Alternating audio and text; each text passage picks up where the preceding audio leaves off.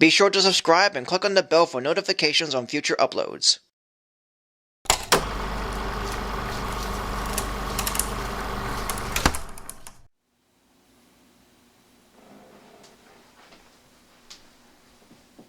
Hello everyone, Bard here, or you can call me Sully. Well, you read the title, you've seen the thumbnail, and you've seen these small decorations, and this hat. For I'm doing a Christmas in July review, the only rule of which being is that the movie is a Christmas movie, but in the non-traditional sense. I've done these reviews before with Edward Scissorhands and Batman Returns, as they're considered unconventional Christmas movies, with them taking place around the holiday and having a couple of Christmas songs. Yet, I want to review more of these films, but only for Christmas in July and nowhere else. With that said, the first of these movies I'm reviewing is the most recent of them all, and one that doesn't get talked as much. It is the sequel to one of my favorite movies of 2017, which also happens to be one of my favorite movies of last year. Released on July 2nd, 2021, and based on the books by Marla Frazee, it's the one that's called The Boss Baby Family Business.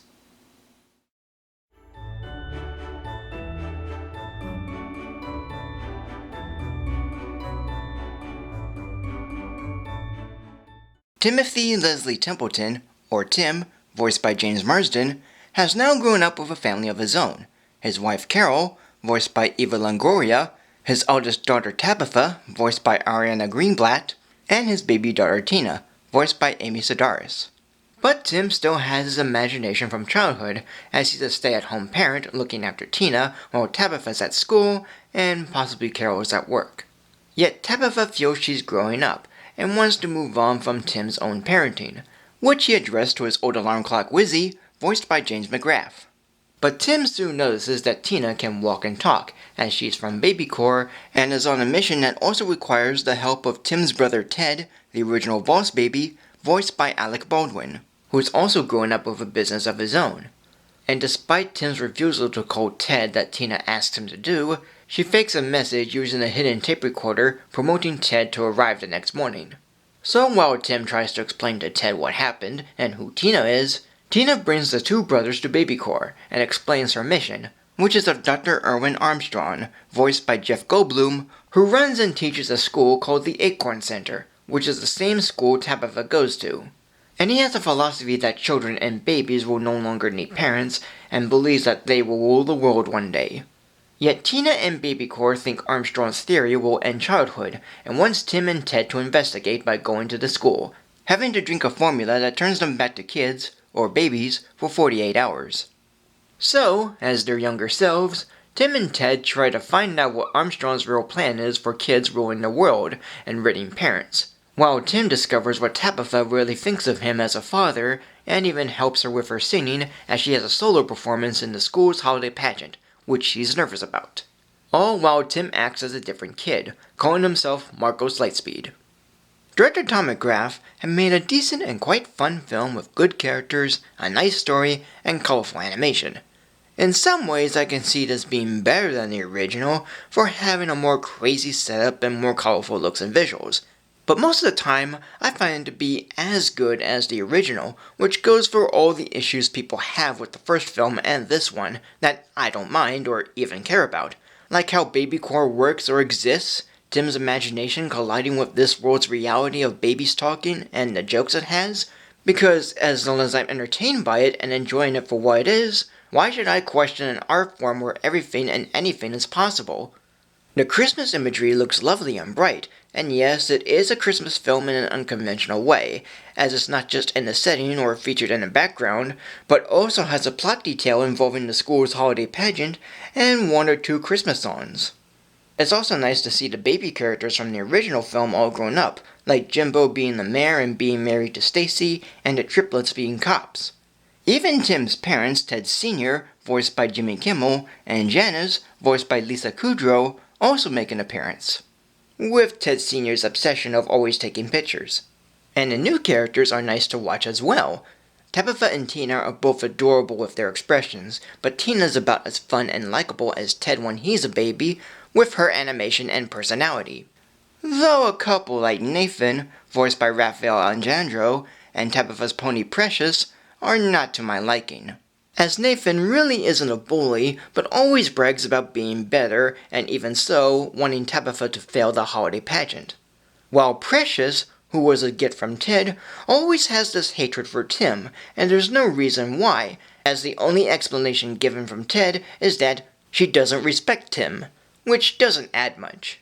However, as much as I like these characters, there is one that I both like and dislike for a couple of reasons, and that's Dr. Erwin Armstrong. What I like about him is his design, his facial expressions, his attitude, some of his body movements, and his understandable motivation of wanting to mind control parents through the QT app and have babies dominate the world in what he calls the baby revolution, or B-Day. What I don't like is some of his body movements, which I'll soon explain, what he really is, and Jeff Goldblum voicing him.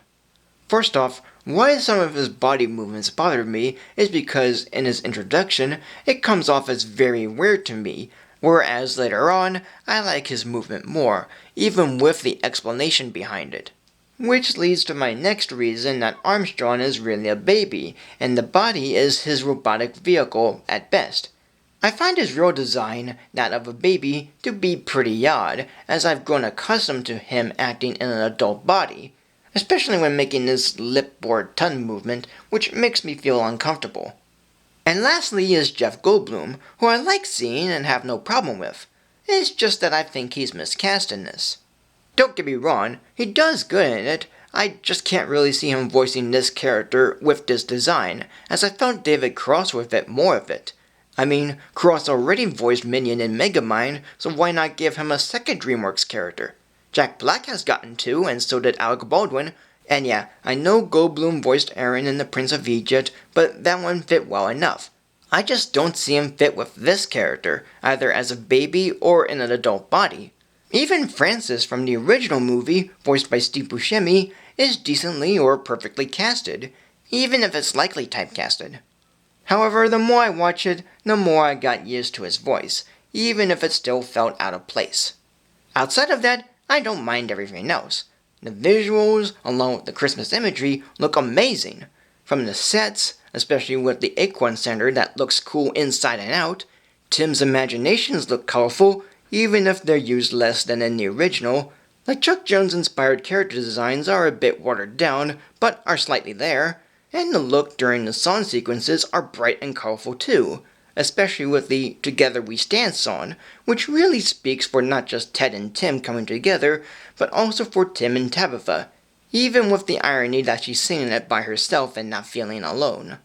And one of the most comedic bits is the race to school Tim and Ted go through, in which Tim gets a call from Carol and all sorts of things happen as they ride with Precious, like using a giant cup as a sleigh, dragging a Christmas tree behind them which catches fire, along with Jimbo who's lighting it, the triplets chase them in pursuit, tangling up a man who's watching Spirit Stallion of the Cimarron, which was a cute Easter egg, in 3D and in a theater, and they all get caught up together in a giant snowball.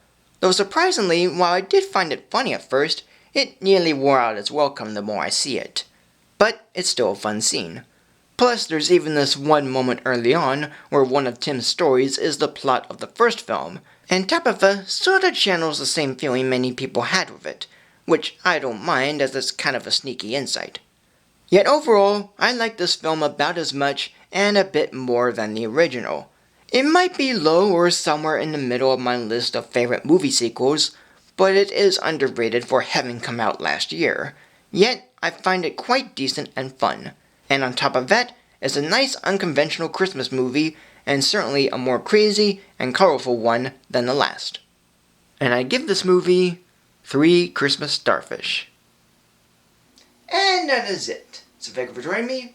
Like, comment, subscribe. Follow me on Facebook or Twitter. Support me on Patreon. Until next time for a new video. And have a Merry Christmas in July.